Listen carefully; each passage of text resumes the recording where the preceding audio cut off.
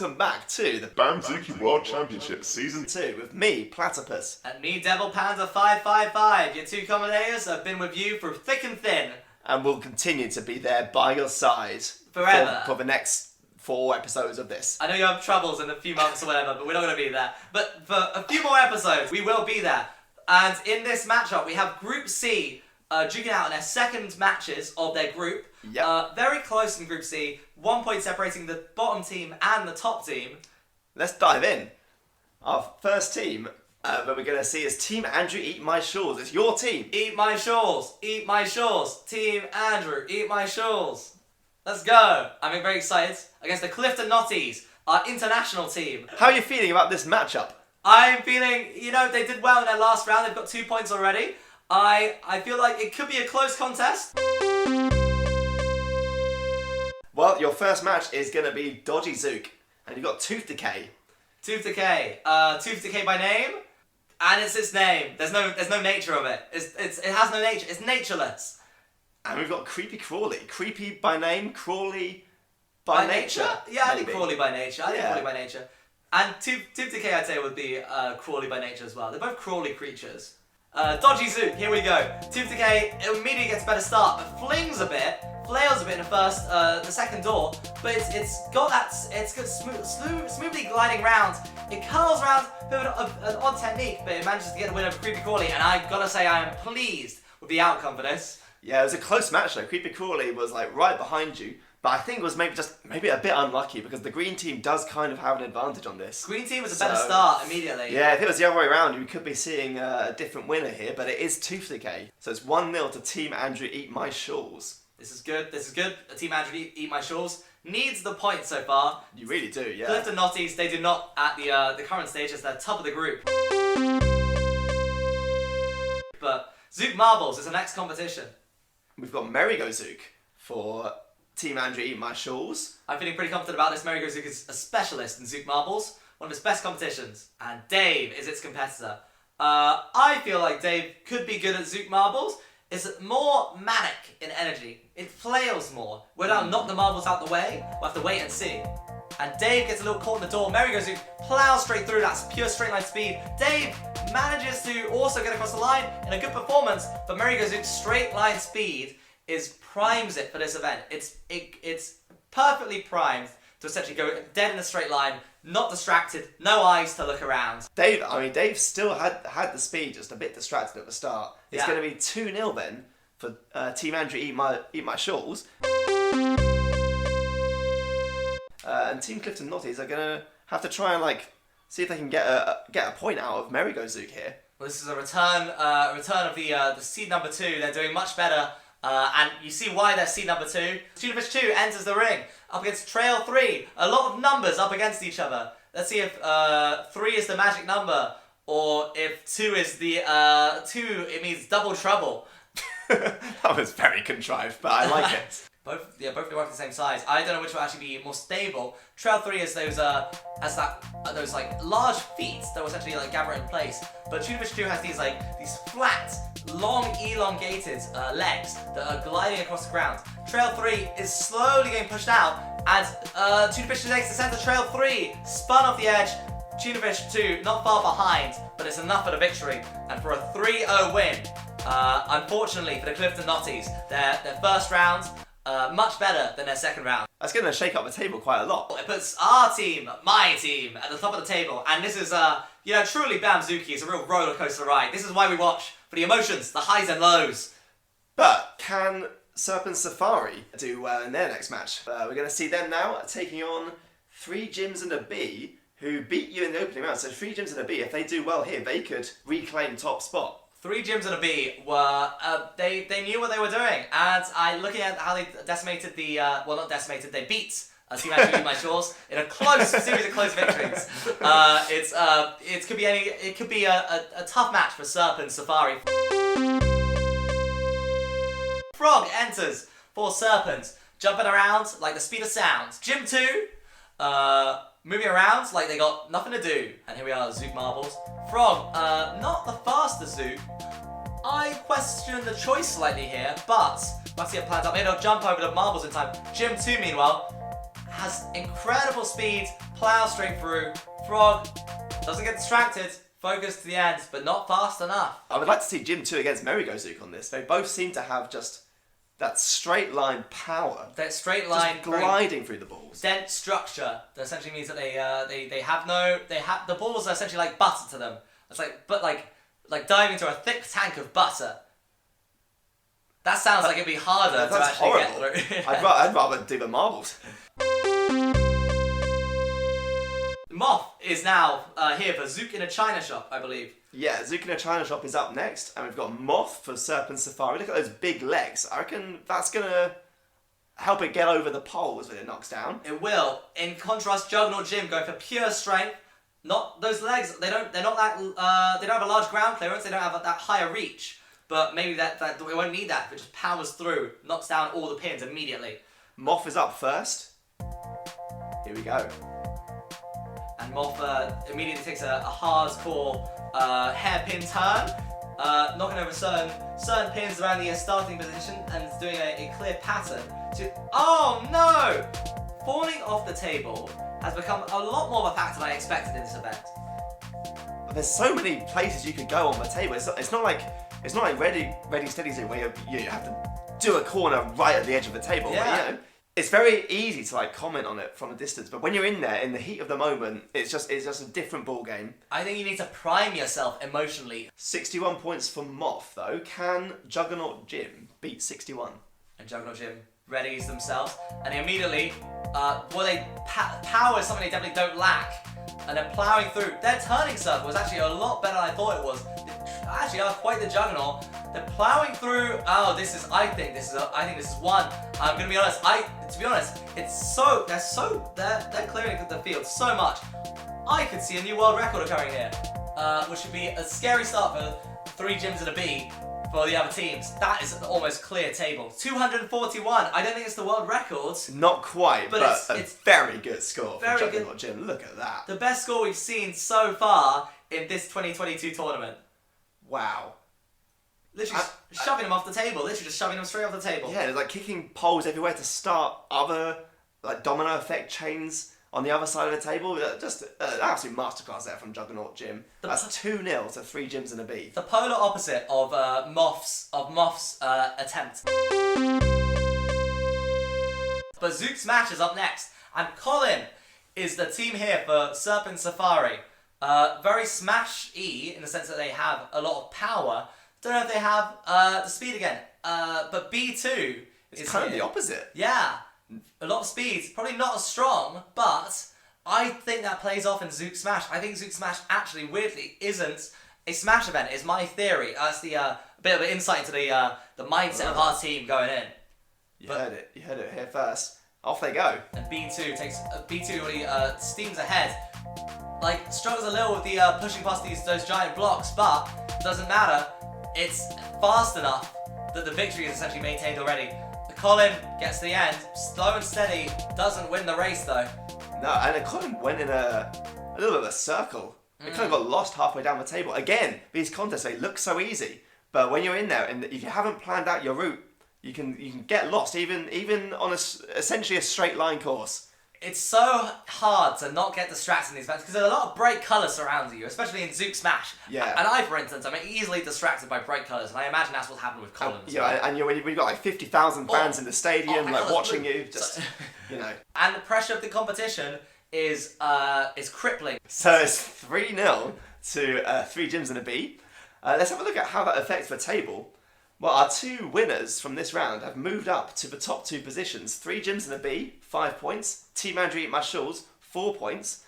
Team Clifton Notties, 2 points. They're still in it. Serpent Safari are a little bit adrift, and you wonder if maybe the best they can hope for right now is the 3rd place possible qualification spot. It's rough. There's a situation where they could get a tiebreaker scenario if Team Andrew Eat My Shawls loses all their next round events, but I highly doubt that. Seed number 2, and also they're made by me, and I'm great. Very confident about this. Great. Very, very confident. I'm way more confident than I was going in last year. Way more confident than you should be, arguably.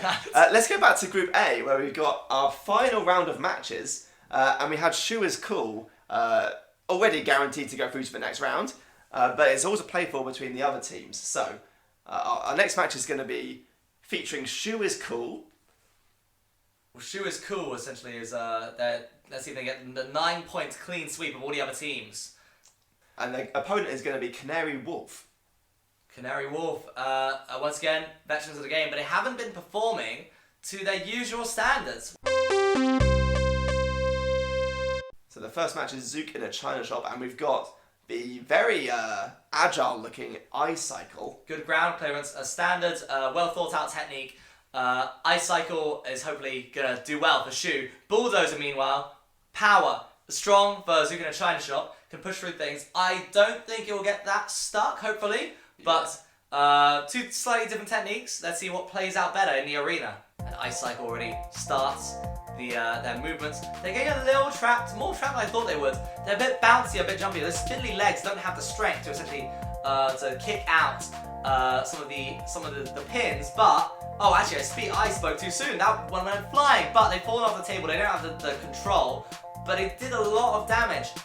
That's a good score. I'm guessing 100 and 180 something, maybe 221. Much better than I expected. That's a pretty strong score, and it's gonna be tough to beat. It's not the most we've seen, but it's definitely up there. Very strong, especially given that they fell off the table. There's something about that point in the table. It's always that middle point in the table. They always seem to fall off, and I wonder why. And we're going to see Bulldozer now. We already know from Ready Steady Zook that this Zook is good at knocking over pins. Bulldozer plows through a few already. Slow, a bit slower than Ice Cycle. It's doing good though. Where it's going, it's clearing all of them. The issue is, I don't think it's going to where the pins actually are that it needs to clear. There's two separate sections of the table that hasn't got to yet, and it's going to the edge. Oh, that was close to going to the edge. Almost fell over. Didn't make the fatal mistake that Ice Cycle did, but that was the experience kicking in there. I was experienced being like, I know I need to not approach this with too much speed, but at the same time, that whole section of the table has all the pins up. 137. It's quite a large gap between Ice Cycle's score and Bulldozer. Bulldozer didn't do bad, but you gotta hand it to Ice Cycle. That's kind of a wipeout. That's going to be 1-0 to Shu is Cool. 1-0 to Shu is Cool. 7 points for Shu is Cool. We're gonna get 8 and 9. So the next contest is Zook Marbles. Snow Warning enters. Snow Warning, perhaps one of the champions or the key figures behind Shu's team last time. Perhaps the one that everyone remembers most of all, or their previous design. Meanwhile, Crocodile King. People remember from the TV show, the Uberzook, famously. Two iconic designs battling it out here. And this is Snow Warning's specialist event though, which would worry me is Crocodile King. Crocodile King is built for multi-purpose, and I worry a specialist versus Crocodile King's actually very powerful performance. It's still not enough for Crocodile King though. Snow Warning did an incredibly fast time. And it's that new BAMZOOKi World Championship record. It is a new BAMZOOKi World Championship record. Look at the pace, the sheer pace from Snow Warning was incredible there. The time was 3.42 seconds from start to finish. Incredible. Very, very fast from Shu is Cool and Snow Warning. Snow Warning once again proving why they are perhaps one of the standout Zooks from the previous competition. One of the names that we remember, even though they changed their name. But we still remember it. That's how good it was. That's how good they were. They didn't even have to keep the same name. Dodgy Zook, the third event, where we get a clean sweep of 9 wins for Shu. Ice Shard enters the arena. They won their previous round of Dodgy Zook, so can they do it again? They're very manoeuvrable. They've got good, that arc, that bend in their backbone. Stingfire, meanwhile. Stingfire lost their previous round of Dodgy Zook. Can they do it again? This is... I would put my money on Shu here if I had any money, which unfortunately I do not. This job does not pay. Does not pay. Please subscribe to a Patreon, which we don't have. Stingfire gets caught immediately on the red marker on the left. Clear victory for Shu and Ice Shard. This is it's a pretty clear blowout. And Stingfire, I guess they're playing for pride here, just completing the event. It's a bit of a slow finish. They're getting there though, but yeah, you gotta wonder what from here can they do to improve their team? Because if they get through the groups and they face up against Shu in the next round, how are they going to be able to compete? Meanwhile, another BAMZOOKi world record for Shu. That makes it perhaps 4 for them, I think. A lot of records falling left, right and centre here. That's 6.34 seconds for Ice Shard there.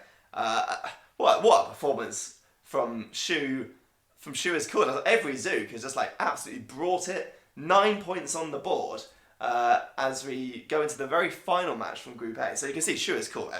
Clearly they're number 1 in this group. Canary Wolf, I'm not going to be able to make it through. Very unlikely. Unless unless maybe a 3-point sweep from one of the teams. Maybe, but even then it would come down to head-to-head record, and I'm not sure if Canary Wolf has beaten anyone yet. So it means that it's a playoff between DT Media Group and Corrupted Zooks to see who can claim that second place position and get a guaranteed spot in the knockout round. Yeah, it's Corrupted Zooks up against DT Media Group. And AA Battery's team once again enters the arena. Very brightly coloured team DT Media Group. I like that. They've got a good colour scheme. Zook Tag is the next event, and up first from we have Squish It. We have Squish It from Corrupted Zooks. Have we seen Shadow Dawn in Zook Tag yet? I don't think we have. Okay. But it looks good, doesn't it? It does look good. It's got a bit of glide to it, but definitely not as much as Squish It. It looks stronger though. I doubt it's faster, but there's a lot of different factors. Oh, and it powers straight through. Squish It. Oh! Okay, well this is interesting. This is it. Can Squish It stay on the table? Can Squish It stays on the table enough to get 1? I don't know if that's enough. I don't know what the score is. It might be 2-2 again. 3-2 for Squish It. That 1 literally got the victory. 1 point was in it. Shadow Dawn, it didn't have the control. Control is key in Zook Tag. Yeah, and Squish It did just about hold it together. I was quite surprised by this. I thought of the two, I thought Shadow Dawn would maybe stay on the table more easily, but no, they just took the first opportunity to just like yeet itself off the edge. A true yeet. Yeet indeed. Corrupted Zook takes a point. DT Media Group, 1 behind. Zook Marbles is up next, and we've got Nasher 3.0, who was looking very strong earlier on. Phantom Battery enters. That glide. I am still confused how Phantom Battery's legs move. I genuinely cannot see the movement. Oh, look at it go. And then, I see its legs move now, and boy do I see its legs move, because they powered its way straight to the finish line, beating Nasher 3, who'd also been an incredibly good performance. But I feel like this could be a world record, and it is a world record. A world record for Phantom Battery, 3.29 seconds on Zook Marbles. What a time! That's incredibly quick. That breaks Snow Warning's record that we saw just a little bit earlier. But this is quicker. We finally see what Phantom Battery's specialist event is, and it's definitely Zook Marbles. That was an incredible performance up against a very strong competition who actually, I would say, could have been in a shot getting a world record as well if Phantom Battery wasn't there. So it's 1-1, which means that the final event, Zook Cubed, is going to decide who finishes second in this group. Well, this is all to play for and incredibly exciting. This is why we watch BAMZOOKi. This is why the sport exists. This is why we play the game. Red Rocket enters against Nudella, Coffee Cup Nudella. And I have questions about, is it a noodles or is it a coffee cup? Here we go, the final match. It's incredibly important. This is a very exciting match, and they both get a bit stuck. Neither are particularly primed to Zook Cubes. Red Rocket, it's getting caught a lot. He's getting caught. Nudella plows through, and it's strong, but Red Rocket just manages to get off the line. And the final bit, Red Rocket clambers. It struggled. There's definitely some struggles going through. Nudella, it was consistent, at a consistent pace. Almost got it at the end. Red Rocket managed to free itself just before the line. What an exciting match that was. That was edge of your seat stuff. That was edge of your seat stuff. Edge of your seat stuff. Coffee Cup Nudella trying to push through the cubes. Red Rocket trying to go over. Both of them getting stuck at different points. Very interesting tactics, and you can see how the different styles play in, and it leads to this incredible tension where we never know who's going to win at these little events. But one thing we do know is that Shu is cool and Corrupted Zooks are through to the knockout stage. Canary Wolf has been eliminated, and we'll see what happens to DT Media Group later on. Of the third place teams, the two with the highest scores in the groups go through to the next round. 3 points though, it could be enough. If someone only gets 2 points or so, maybe 3, go to like tiebreaker situations. There's a lot of things that could play out. Thank you for watching. We'll see you next time.